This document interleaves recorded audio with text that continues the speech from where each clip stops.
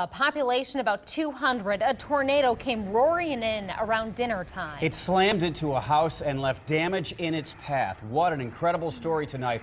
Reporter Kelly Bartnick is live in Cass County with the very latest. Kelly? Greg, we're just a few miles here to the northwest of Nehawka, and you mentioned it at dinner time. Out of all the miles of farmland here, this is what this homeowner is dealing with tonight. That's his house. That's the living room into the kitchen. Very scary sight here this afternoon. But here's what really is responsible for saving this man. This tree.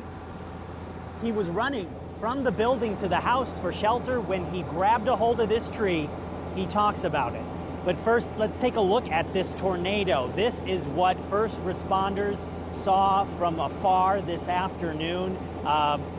For minutes after minutes, mile after mile, this very large tornado.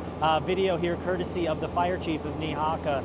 Certainly a very scary sight. And we mentioned all that farmland in the area, and somehow one of these farms did manage to get hit. We spoke with the gentleman who said he thought he could make it to safety with his dogs.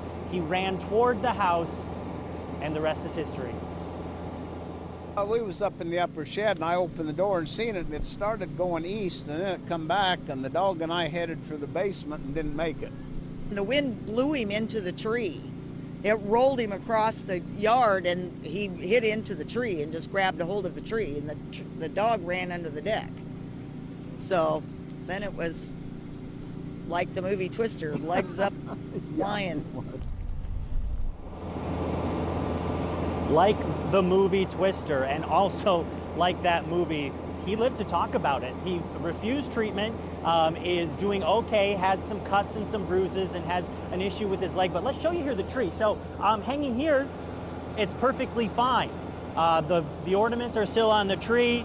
You go up a little bit,